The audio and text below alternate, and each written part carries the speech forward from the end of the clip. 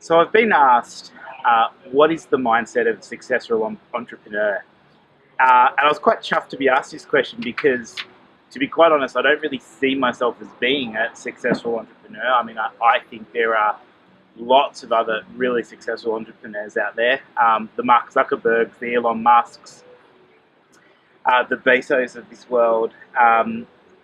There's, I think there's a lot of guys that have done really, really well entrepreneurially and have done a great job at building incredible businesses. And I feel that whilst I do have an element of success and I have a number of businesses that are performing quite well, it's just the beginning. I see this as being just the beginning. And perhaps a lot of those guys, if you ask them to, they may not see themselves as being overly successful either, in that it's a journey, not a destination. But going back to the question about the mindset of a successful entrepreneur, I can only really share what my mindset is, which is what I know. And I'm sure every entrepreneur has a different view on what makes up the mindset of a successful entrepreneur. But I think first and foremost for me, it's tenacity. It's just being relentless in your approach to anything that you're doing. So I'm a big believer in it being an all or nothing exercise. I don't think you can be half in and half-hearted on any one thing in particular. I believe that the first bit of mindset I know that motivates me is just knowing that I'm making a commitment to something. Just like a marriage, just like being in a sports team, just like being part of a gym, being on a board of directors, you make a commitment to be part of something, and so that you're in whatever that may be in whatever capacity. I think another component of a entrepreneur's mindset is the hunger and the need or the willingness to achieve. Now, not everybody shares a migrant background or hardships, as in like growing up hardships that I might have. However, that's one of the things that I draw upon. I draw upon the fact that, my dad, for instance, migrated from Malta to Canada and couldn't speak a word of English, or was, struggled with his reading and writing. And he still made something of himself, and he still got work, and he let his work do the talking because he was an amazing craftsman. My mother, quite well educated, still migrated from Malta to Canada as well, and with her education made a career of with herself.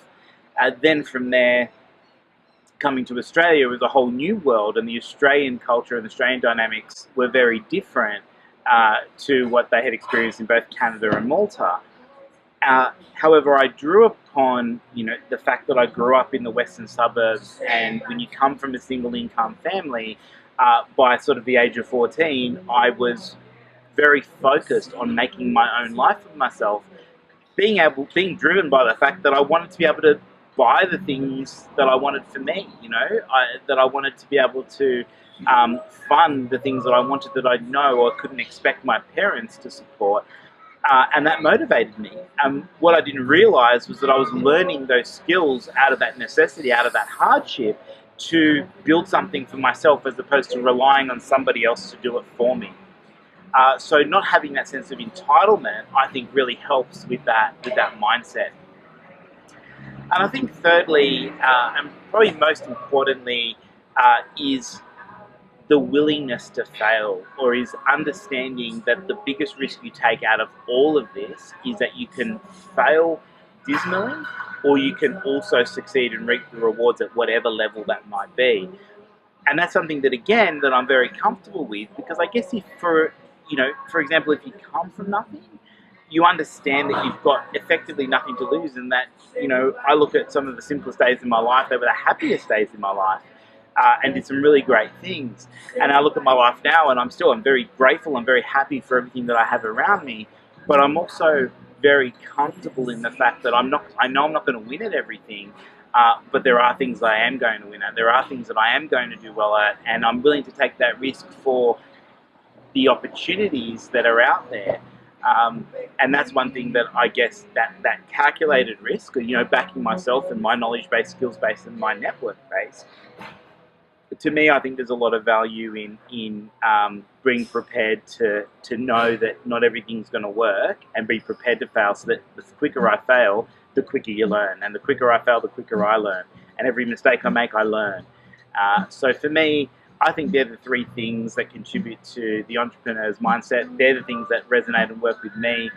Hopefully that it'll inspire you or entice you to figure out what yours might be as well, and to think about what those are and then draw upon them for to leverage those for the success in your entrepreneurial journey.